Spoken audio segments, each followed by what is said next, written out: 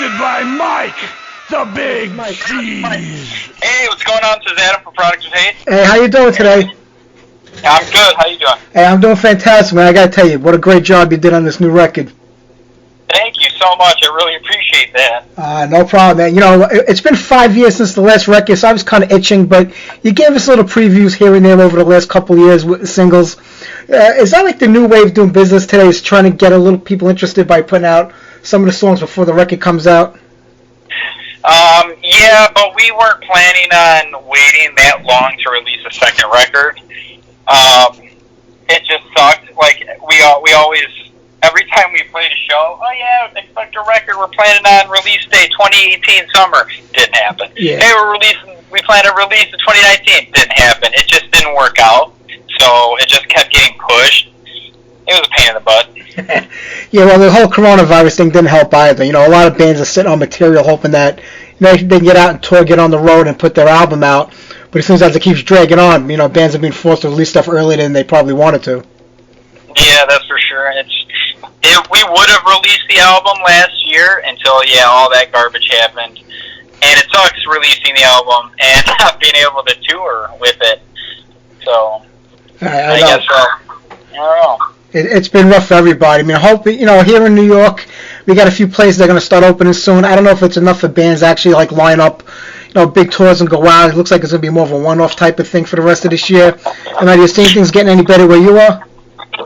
I feel it's, like, starting to open up, but I don't know. It's weird. A lot of bands aren't playing, but then you got a lot of, like, the locals that are playing now. It's just kind of it's just weird. I don't know. For bigger bands, I haven't seen any come through. And as far as I know, they're not going to be here till like summer and the fall is like the scheduled stuff. But yeah, other than that, there is like live music being played, you know, at smaller bars and stuff. Yeah, hopefully you guys get back out on tour with everybody else. I mean, you were missing live music. Before this all happened, it was getting hard to get people out to shows sometimes, especially in some of the smaller clubs and venues. It was always, it's a weekday, I got work, I got this. I'm hoping that this taught people, when a band comes to town, to get out and go see them. Don't waste that opportunity. Oh, yeah, for sure. I feel like as soon as the music industry opens up, it's going to be like a floodgate. Everybody's just going to go nuts and start going to a bunch of shows. At least I'm really crossing my fingers that's what happened. That's what's going to happen because, we're all itching to see live music. I had so many tickets to see bands last year, and it's like postponed. I'm like, damn it! Yeah. I don't get to go out much. But when I do, I want to, So hoping, all this stuff kind of blows over, we could get back to, shows that people just take advantage of that situation right when it happens. Yeah, I hope so. Looking back on the band, I mean, I don't know if it's more impressive, like the growth between, the first, the Unholy Manipulated EP to this record, or the fact that the same guys are in the band from the beginning. I think that's even more impressive. Oh, yeah. Yeah, that's, we get that a lot, too. No lineup changes at all. We know each other very well. We all went to school with each other. We got that history. But we get on each other's nerves, it's like you're married to 4 or 5 other dudes in a band, but they're great dudes. It's like unheard of these days, right? Yeah, absolutely. It's amazing, but I think it actually shows in the music because you guys know each other so well and you play off each other like that. You can hear the growth over the last 2 full-length records in the EP. I mean, this one, I hate to say this one blows anything out of the water before because they were all great, but you can hear like how far the band has come with this latest record. Yeah, I appreciate it. We definitely put our work into the second one, I feel, and it shows. And we know each other very well. We know what it's like. We know each other's taste or what we're trying to do. We're all good about that stuff, and I feel the older we get, the better it gets, I guess. Yeah. Well, you look at the first EP, and you guys did it on your own. You went independent, which like most bands do when they're getting started. And then you get signed to Nuclear Blast Records. And now you're kind of back to where you started, doing it on your own, but with your own label this time. Yeah.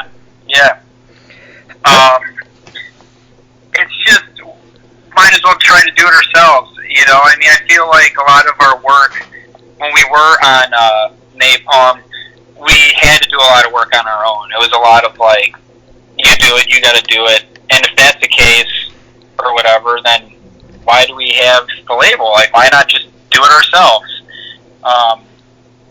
So that's what we decided to do at this point. I mean, are labels today nothing more than just, distribution outlets, maybe places that you can just get the album out to more places quickly? Because if you're doing it all on your own, really, what is the point of being on a label? That is, honestly, I kind of think that way too. I think that, I'm not 100%, but to me it looks like that's all, like, labels are really good for doing these days. Like, they have that good distribution and stuff. It's hard, there's certain things that are hard to get that the label has a hold of, and that's definitely a good benefit. So it's just kind of, it's a give and take. Like, I feel that we've sold more albums in our first week now than we did when our first album came out.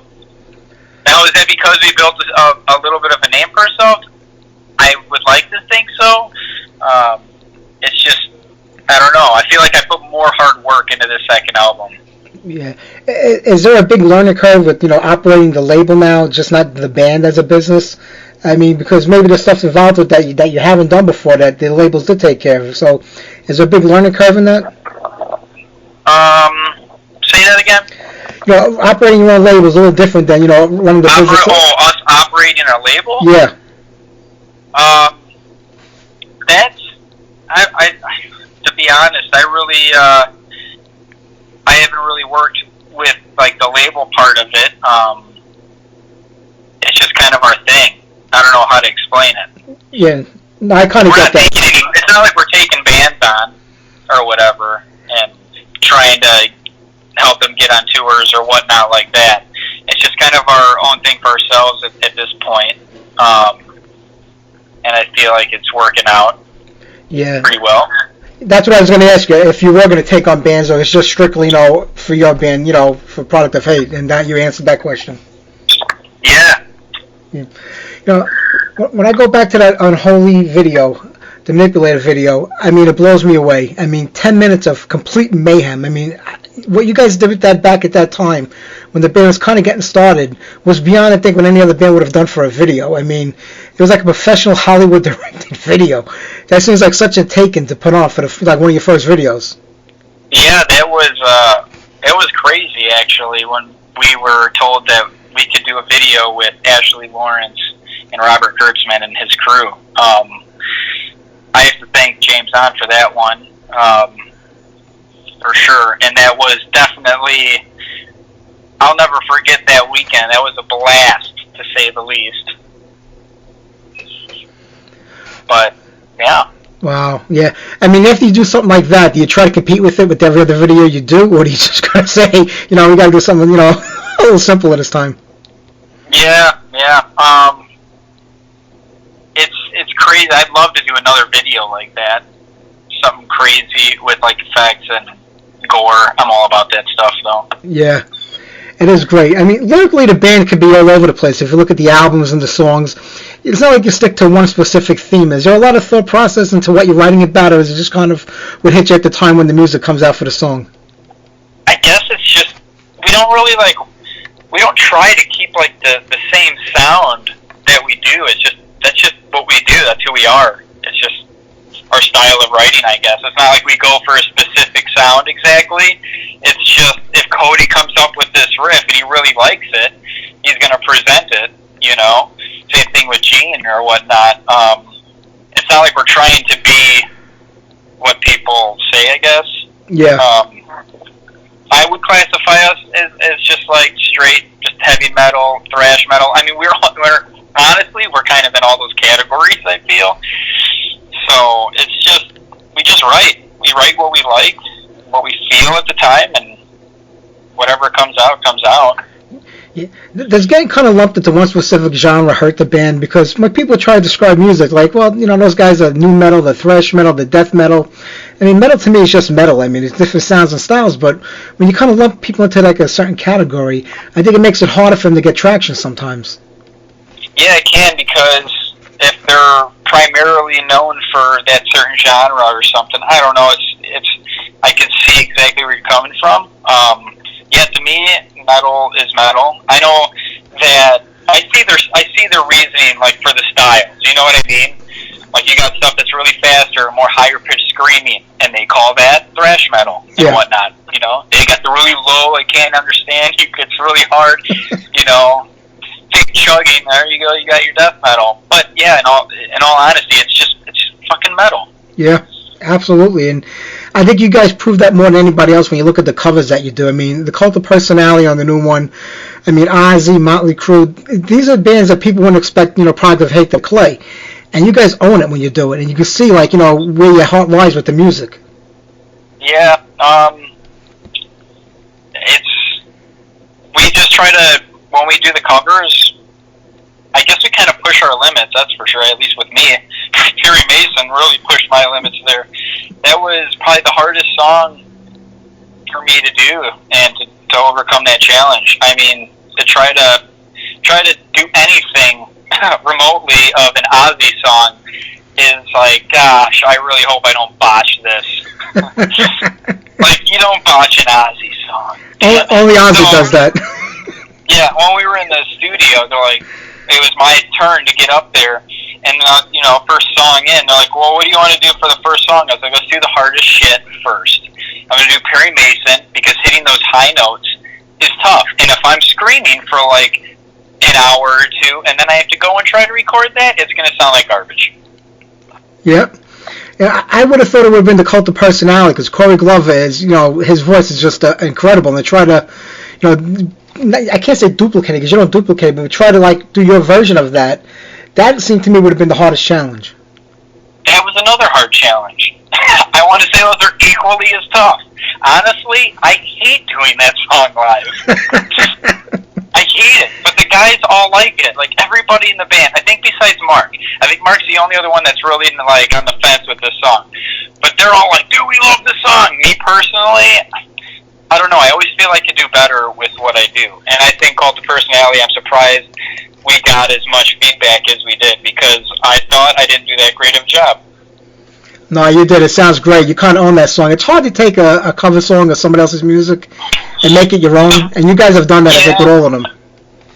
That's what I try to stick to with the formula. It's like, I'm not trying to sound exactly like the person that I'm covering. If I'm going to cover a song, I'd rather cover the song, but still put my flavor on it, you know? Like, make it a Product of Hate song. There's a lot of bands that will do a cover song and sound exactly like that band that they covered. And it's like, dude, you nailed it, but I could just listen to the original. I guess what would be, you know, the only cool thing about it is you get to hear, like, the more new, like, instruments, like all the guitars and stuff, and the tones being so much better nowadays than then. But, yeah, I don't know. I just try to make it give it my flavor. And that's pretty much how I do it. Yeah. Believe me, Cult Personality took a lot of takes. Yeah, you would never know, but that's, you know, that's the professionalism behind it. You know, and if you kind of go back to the beginning, did it take a while to get traction going with the band? I mean, it wasn't until like 2016 the record came out on Napalm. Before that, you guys were releasing singles and doing it on your own. But was it like a slow progression to get to where you were, or was it meant to be that way? It was just a slow progression, I guess. I guess that's the way I feel about it. I still feel like I'm not progressed where I would like to be. I feel like I should be a lot farther ahead, but I'm happy with what I got. That's for sure. Very thankful to be as far as I've made it till now. But we just bust our ass. That's the name of the game. Yeah. Well, I mean, you guys are touring like crazy, you know, before all this happened. You guys want one tour after the other. I mean, it goes to show that there's a demand out there. It just kind of got put on hold for everything, you know, in the last 2 years. Oh, yeah, for sure. We were just starting to, like, really get our name out there. When you go on a tour and nobody knows who you are whatsoever, and let's say the Allegiant tour, no one knew who we were. Even Allegiant was like, I don't know who you guys are. I couldn't find your music online to hear you guys. I'm like, really? That sucks. a lot of the fans said the same thing. They're like, didn't know who you were, couldn't find your music online. I'm like, yeah, of course. So we had to get something out. But so going from playing a tour where nobody knew who you were to like 2 tours in, well, when you're on tour with like Hammer Fight or something, and you're running into people like, oh, I saw you on Mushroom Head tour. Awesome. That is so good to hear that. Like, we got a fan here. And they keep bringing more people, so it's nice to be noticed each time we come around. But we have played the East Coast quite a bit, so. No, I know. I mean, back in the day, before the internet, bands had to make their bones playing live. That was the only way people would know who you were. You put out a demo tape, you're hoping you get signed to a label. Then the internet comes around and it makes everything available at the click of a button. Do you feel the internet is still the quickest and easiest way to enlarge your fan base? Or do you think it happens, like you said, by going out on tour and people saying, I saw you on the tour before, I saw you, a show you did it last year. Does it come more from the live performance and getting out there and being, in front of the fans, or does it happen through the internet today? So what you're saying is, do you think that there are more bands getting more noticed by the streaming rather than like putting out CDs and touring? Yeah. It's a tough question because I still, like, there's so many bands that I've never heard of that I'm coming across every day and that have been around as long as we have. So it's like, even with streaming, there's still so much music. Either that or it's like, there's just so many people playing music now than there was then, which that is also probably the case. Yeah. But, yeah, I don't know. That's a tough question. I want to say it does, but at the same time, I don't know. I feel like the music business is definitely a hell of a lot better then than it is now, for sure. Yeah. I think it's. In all honesty, play shows. That'll probably still be the best way to get yourself out there. Because if you think about it, if you're running an ad on Facebook, not everybody is going to like that. And to be honest, everybody's going to go off of, oh, your cover art sucks. I'm not going to listen to you. Oh, okay. You're an idiot, but right on, dude. Or, oh, this band they're alright. It's just another cookie cutter metal band, whatever. But now you play a live show, and they see us live, they're hooked. Yeah. Regardless of our sound, because of our stage performance. We bust our ass on it, we pour it all to the crowd, because I don't like to go to a metal show and see the guys that I've waited all night for just stand there. You know what I mean? Yep. So I'm all about getting in their faces. I want to make them remember who I am. And I think the live, is the best way to get your band out there. We've gotten a lot more fans, I feel, that way than like, oh, new band product of hate, releasing Buried in Violence. You get a lot of that clickbait shit. Yeah, that's the way the world is today. But I mean, the new record's been out about a month now. I mean, how do you feel about it? I mean, do you like really pay attention to the reviews, what people say? Because people just say stuff today to get under people's skin and to irritate them. They don't really listen to records or give it the full review that it deserves. They just want to irritate people, in my opinion. So do you kind of take it into what they say, or do you just don't even pay attention to the reviews? I like to know the reviews.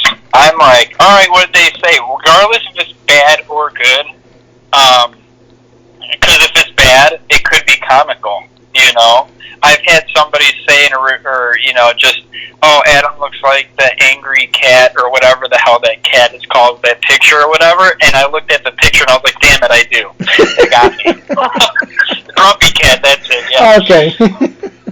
But I don't pay no attention to, like, if anybody doesn't like us, or that's their opinion. I don't care. I don't expect everybody to love our shit. But I do love to get those good reviews and read those. That helps. And I feel this record, definitely, we've got way more positive reaction than we did off the first one. So I think that says something. Absolutely. I agree with you 100%. When you hear something that you don't like or you disagree with, Does it affect the way you approach music for the next record? Do you say, well, that guy was saying that maybe we're too harsh with this or we're too soft on that? Does it affect the songwriting as, you progress to the next record based on what somebody said on the previous album? No, I wouldn't think so. No, I don't say so at all.